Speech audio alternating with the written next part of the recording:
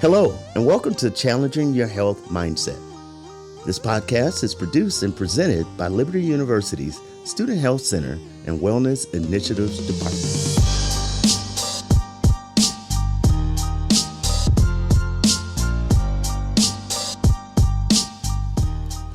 Hey, we are back with another episode of Challenging Your Health Mindset.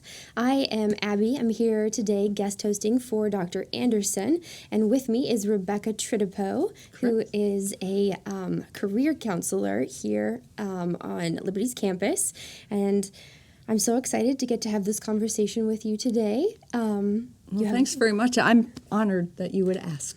Yes. I'm ready to dive in. You have a very interesting career background. Some might say interesting, some would use other words. Yeah, it's exciting. I think you have a lot of wisdom to share with students, so I'm excited to talk about that. I hope so. Yeah. So we'll dive right in. We have one question we always ask at the beginning. Okay. What is the best advice you received in college about today's topic?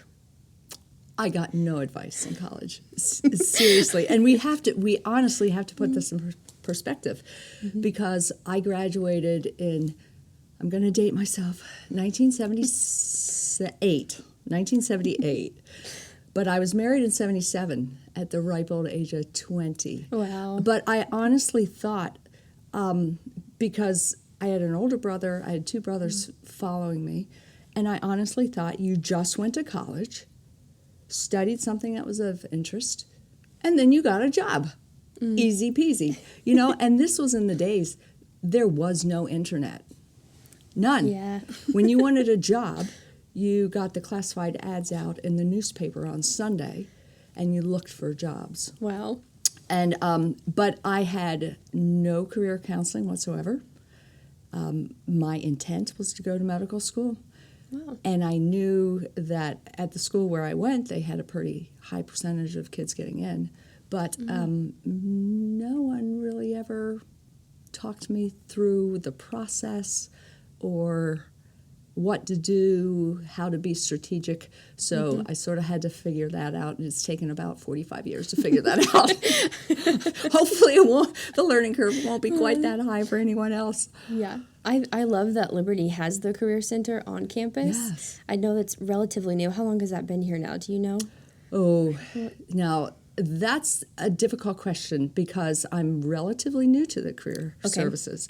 I just came in February, so I know that they used to be called the Career Center, now it's Career Services. Okay. But I am the coach for health sciences since much of my career was in that field. That's awesome. Yeah. That's awesome. So you say you didn't really have much advice going through. So could you talk a little bit about how you figured it out and then where that led you in your career path to what you do now? It's been rather circuitous route, I will say that. But that's not necessarily bad. I don't want to communicate that my life has just been one jumbled mess, because clearly it has not. Because when you're a believer, you sort of just take each day at a time, and you figure it out together. Right out of school, when I finished with a degree in biology, not particularly marketable, without being very creative. But I looked in the paper and I saw a job as doing steroid radioimmunoassays in a lab. Wow. And so I applied for that. I thought, okay, I can do that. And I got the job, but I was pipetting all day long. Yay. And my muscle, honestly, my muscle in my shoulder would just spasm. And I thought, I cannot pipette the rest of my life. And I wasn't particularly thrilled with laboratory work because it was very, very repetitive, the same testing day after day. So then I went back to school and I got my education credits, and I thought, I can teach. My husband was a teacher and a school athletic director. That's cool. So I picked up those credits, started teaching high school biology, A&P, coaching, and I really enjoyed that. But somewhere along the line, see, this is why you have to look at everything as a possible encounter with something really cool. So we had been going to church with this couple, and he worked down at the Ohio State University on the main campus, and I knew he had something to do with physiology. And I love A&P. So I said, hey, I was teaching A&P to the seniors, and I said, they want to get out of school for a day. I want to get out of school for a day. Do you have anything interesting? He goes, as a matter of fact, we do. So he invited us down. He was actually an instructor in the extracorporeal technology section of the medical school, School of Allied Medical Professions. Could you explain a little bit about what that means? Yes, because I had no idea that field existed either. But they train perfusionists, and a perfusionist is the person who, most heart surgeries, it's really difficult for a surgeon to operate on a heart if it's full of blood and if it's beating. Yeah. So you have to stop that little sucker. So the perfusionist puts together an entire circuit, an extracorporeal, outside the body circuit, that basically takes over heart and lung function. So normally the heart is stopped, the surgeon does his thing, we start it back up again, and all is good. Wow. Most of the time. Yeah. So I had no idea. I was still thinking that I would apply to medical school. And then when I saw that field, it's like, oh, this is so cool. So That cool. is cool. Yeah, and like I said, I never knew it existed. And the more Gary and I talked about it, it seemed like it could be more doable with family life if we ever had kids and so forth. So I looked up what the prerequisites for, and of course I talked extensively with Phil. He was teaching that program, and figured out what it was all about. He almost tried to discourage me in a way because it's a highly technical field, it's highly stressful, but it's just something I wanted to do. So I found out I needed more calculus, I need more physics. So I did that in Adult Weekend University there at Ohio State, and I applied to the program and thankfully got in the first time. It's awesome. a very, very narrow field. Well, yeah, that's very niche.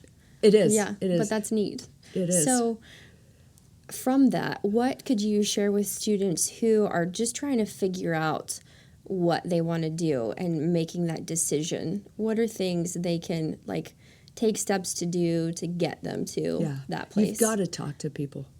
If you're sitting on the bus next to someone, start a conversation. See what they do. Now, if it's another college student, that conversation might not be all that interesting. Might be a little different, yeah. But put yourself in situations where you start up conversations because the power of networking is incredible. Yes. And like I said, had I not talked to Phil, I would have never known that this field existed. Right.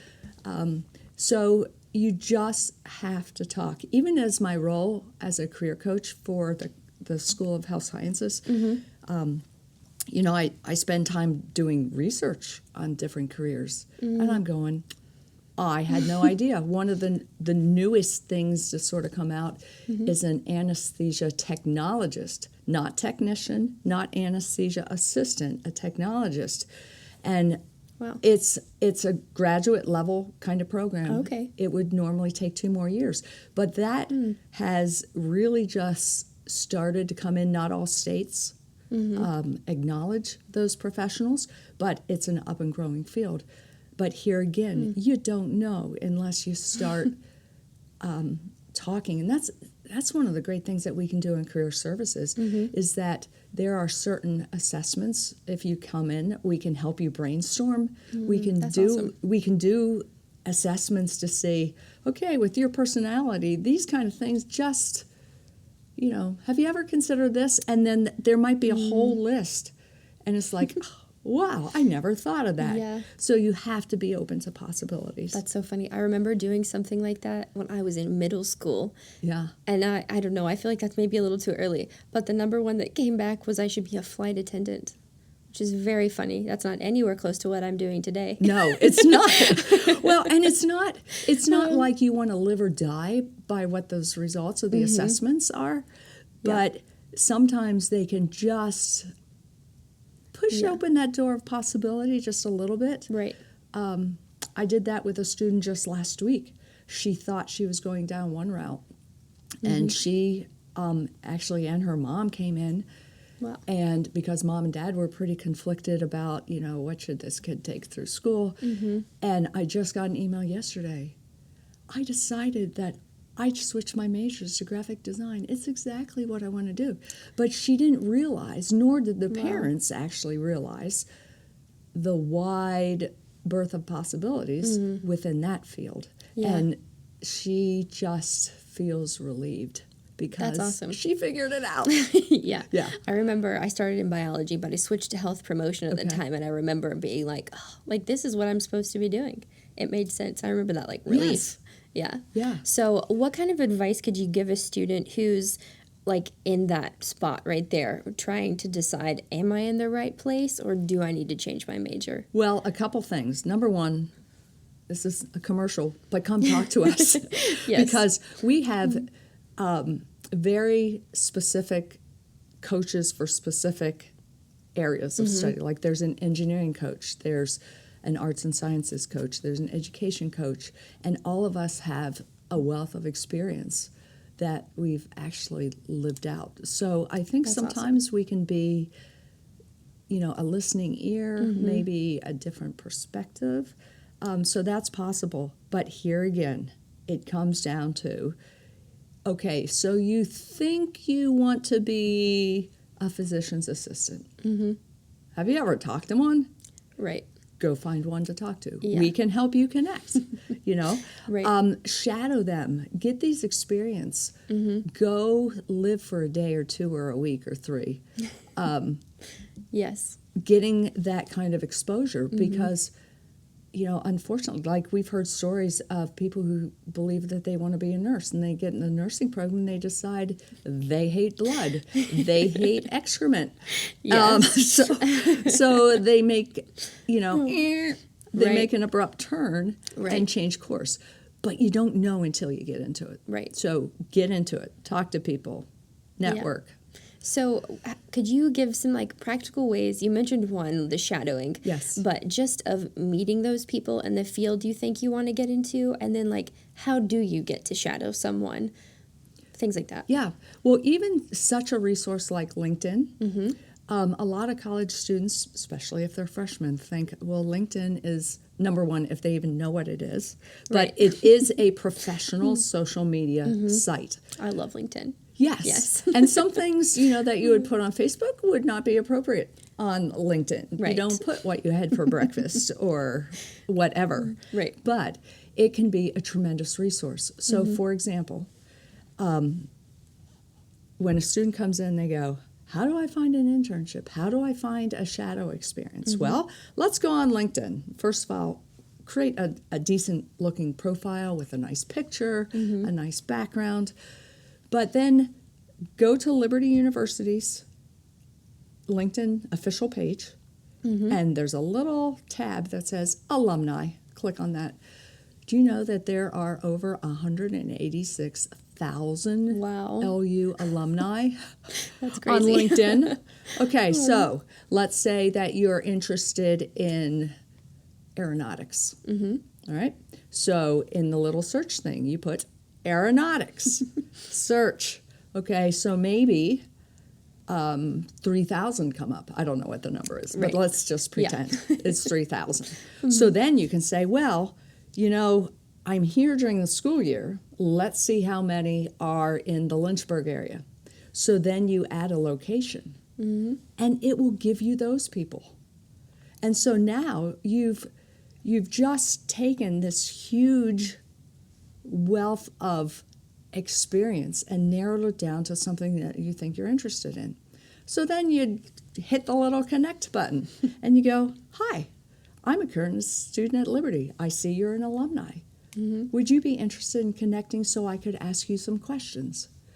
And there have been so many great connections made simply through LinkedIn. And that works too if you're looking for a job. Once you're coming up on graduation, well, Right. I want to be in St. Louis. Well, let's see who's in St. Louis. Because most alumni are very open to talking to students and helping. Right. That's awesome. Yeah. I wish I would have gotten that kind of advice when I was an undergrad.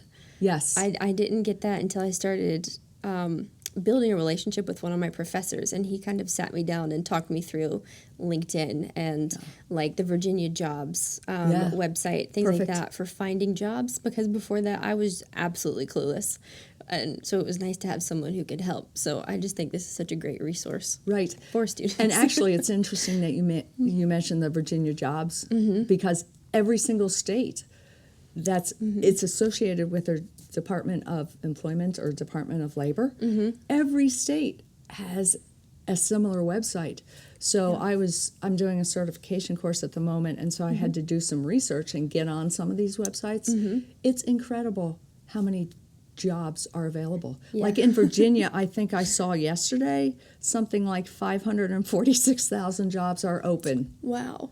That's crazy. There are jobs out there. You just have to, be a little creative in knowing where to look. Right. And we can help with that. Yeah, that's awesome. Hey, just popping in to let you know that the Student Health Forum is due on August 27th. If you have any questions, contact us at studenthealthrecords@liberty.edu. So what encouragement could you give a listener who's looking for a job right when they get out of college, but they don't get that dream job right off the bat? Yeah, don't hold your breath, because you're just not, very few people fall into a dream job. Right. There's a price to pay. That's why I think Scripture holds us to persevering, because there's always a negative connotation of persevering. And it sort of implies that, you know what? If you have to persevere, that means it's sort of hard. Right. You might not like everything there is about the job, but you've got to develop the mindset that this is just part of the adventure. It's a stepping stone. I love that. What can I take from this that's going to serve me well in the future? It can be incredibly frustrating. You might go home and cry, but that's okay. It's okay. Because think about the hardest things that you've ever experienced in your life. My guess is those are the most meaningful. Right. Those are the things that brought you to a maturity level or an area of growth that would not have been possible had you not gone through that. So you have to reframe it in your own mind that it could be worse. And it's, there's something to be learned. And embrace that. Yeah.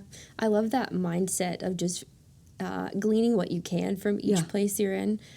My job right after college was not a dream job, but I see now, I love the job I'm in right now, but that previous position definitely helped with what I'm doing now. And I never would have guessed that when I was in school. And to your point, sometimes it really surprises you, because I went from teaching and coaching, or from pipetting to teaching and coaching to about 25 years in cardiac surgery. Wow. Got out of that. And even at, the last 8 years or so, I had all kinds of opportunities to develop on a national level, continuing medical education, learn new skills, because my professional organization said, we really need someone to lead us into electronic organization. And at that point, it was really CD, DVD based, because the internet really still wasn't a big thing. Right. But they said, can you do that? I go, sure. Okay. And then I went out and figured out how to do it. That's awesome. And so I thought, well, a Master's of Ed in e-learning technology and design might be a good idea. But that all prepared me to do some other jobs for some contract perfusion groups that I did. And then once I left clinical practice, it just opened up possibilities in terms of becoming an author and a speaker, going back to teaching and coaching. From there, I worked in sports ministry with Fellowship of Christian Athletes here on campus, That's actually, awesome. for the last 6 years, which I love, because athletics is just, I've always been one. I hope to be one until I die. But all of those things, I couldn't be the kind of coach I am now had I not had 45 years of growth. Right. So you That's have to awesome. look at, and don't be surprised when, an unexpected turn comes. I want you to picture a corn maze. Have you ever been in a corn maze? Yes. Okay. What was your experience like? It can be confusing. Yeah, it's very why? easy to take a wrong turn. Yeah. Or get stuck. But do you know it's a wrong turn until No. immediately? No. Why not? You just have to figure it out. Yeah, because you take that turn and you run into, oops, I can't go any further because it's like a dead end, right? So I like to use the analogy that you have to consider life on all its experiences like you're in the corn maze. Truly, someone has designed the corn maze. It didn't happen on its own, right? Yeah. So you're in the corn maze, the corn is taller than you, so you lose perspective. But if you look at the big corn mazes, like in the Midwest, for example, some of them, every so often, will have like a little ladder that you climb and a platform so that you're actually up above the corn. Wow. So what would that do? That would give you a little bit of perspective because now you can look down on the course and you can look out across the horizon and you can get a feel for, I think the finish is somewhere over there. Right. But then what must you do? You have that knowledge, you have that encouragement, but you got to go back down into the maze and keep walking, right? Right. That gets back to the adventure again. Right. If you were just so angry that you were in a maze and you didn't understand each turn, it'd be a miserable way to live. Right. But we know that our God has orchestrated our maze. Right. It may not feel comfortable all the time.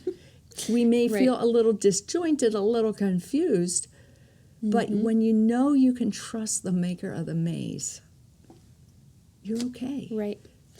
I love that. So could you talk a little bit more about like your relationship with the Lord and how leaning in on that and growing with that helps in finding your why for life? It does, because anything, and I think let's step back just a minute, because if we look at a job isn't a job just because it's a job. Tim Keller has written an amazing book called Every Good Endeavor. Are you familiar with that Yes, at all? Okay. I'm familiar. All right. Well, that's a great book because basically every good endeavor, and I quote because I wrote it down, even the simplest one pursued in response to God's calling can matter forever. So that dream job, that first job that's not a dream job, you might be picking up trash or working on the grounds. No. Every good endeavor done in the name of our Father is worthy. Wow. Yeah. It's worthy. And it's just as worthy as a cardiovascular surgeon doing a complicated procedure. Right. But we tend to put monetary value, salary, benefits. Yeah. We tend to hold those so close, like, now we've really made it. Right. But yeah. Here's something else he said. The purpose of work is to create a culture that honors God and enables people to thrive. So can I thrive even in a job that maybe isn't a favorite? Yeah, if I adjust my attitude. Right. But see, that's a daily walk. Yes. And I don't, everybody goes, oh, the walk with the Lord. And it seems sometimes so trite. But one of the things that I did, and once you know it, I did it in 2008 when it was a leap year. I did it again in 2020. And the book just came out 2 or 3 weeks ago. But it's called The Everyday. Okay. And it was a challenge to myself. It was a discipline that I had to write a story, a real life story that happened 366 days, consecutive days. And wouldn't you know that I picked 2020 of all years? It was a leap year, so I had to do the extra day. And at 2020, we all know 2020 was a different kind of year. But it was a discipline to say, okay, this is something that happened today. Where is truth in that? Because sometimes I think we have this idea that if we sit down and check the box, okay, I read a few verses and I prayed this prayer, which are all good things. Right. But that somehow, and then we just abandon it. But the reason why I did this very difficult thing, because I've done some crazy things in my life, but these are the two hardest things I've ever done, because I had to be thinking all day long, what's the Lord trying to teach me today? And not just emotionally. Then go to Scripture. Where's the truth? Right. And writing it down. Wow. So love that I can look back in, I was going to say 50 years, that might be a stretch, but because that would put me over 100. But, but I can look back even today. I look back to what I wrote a year ago. That's so cool. So I think even just that discipline of whatever works for you, to be intentional, to say, Lord, this might be everyday, ordinary, run-of-the-mill life, but you made it. You orchestrated it for my good and for your glory. So let's go. Teach me something. I love that. So Wow. that's sort of my approach. Yeah. I love that. I'm going to take that for myself. Okay. Sounds fun. It is. It is sort of. Like a different perspective in your day. It is, because Yeah. you're always thinking, what am I going to write about? What am I going to write about? Yeah. And sometimes it can be humorous. There was one night that it was about 11:30, quarter to 12, and all of a sudden I realized I hadn't written. Oh. Our entire day was filled with digging up the septic system in our backyard. No. And I'm thinking, how in the world am I going to make a story out of poop? I don't know. And yet God was so faithful just to direct my thinking that even in that situation, there's truth. There's biblical, Wow. usable, everyday truth, practical stuff. Yeah. I love that. Yeah. Well, okay, I've got two. Okay. Two left, sorry. So what are some practical things for students to pray about? So I love the looking in your day and seeing what the Lord is trying to teach you, but what are some things that are key in that conversation with Him throughout the day when you're in college? I think if we look at Micah 6:8, what does the Lord require? To act justly, to love mercy, to walk humbly. Now think about it, because sometimes we make our Christian life and our prayers so complicated. But to act justly has to do with behavior. Lord, help me to behave well today. I love that. Help me to be really discerning. Help me to be kind. Help me to be gracious. Help me not to be a jerk to someone who's, Yeah. mean to me. Right. So that's act justly. Walk justly. Now I just had a mind melt. Oh my goodness. Act justly. Love mercy. Yes. That has to do with relationships. All right? When someone's irritating you, let's extend some mercy. Let's extend some grace. It's all about attitude. Right. And then the last part, so what's the prayer? Lord, help me to love mercy today.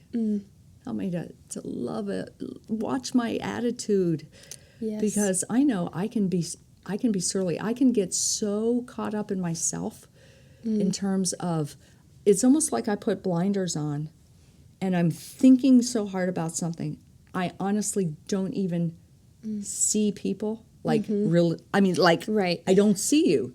And Yeah. then they think I'm a relate to snot. that. Yeah.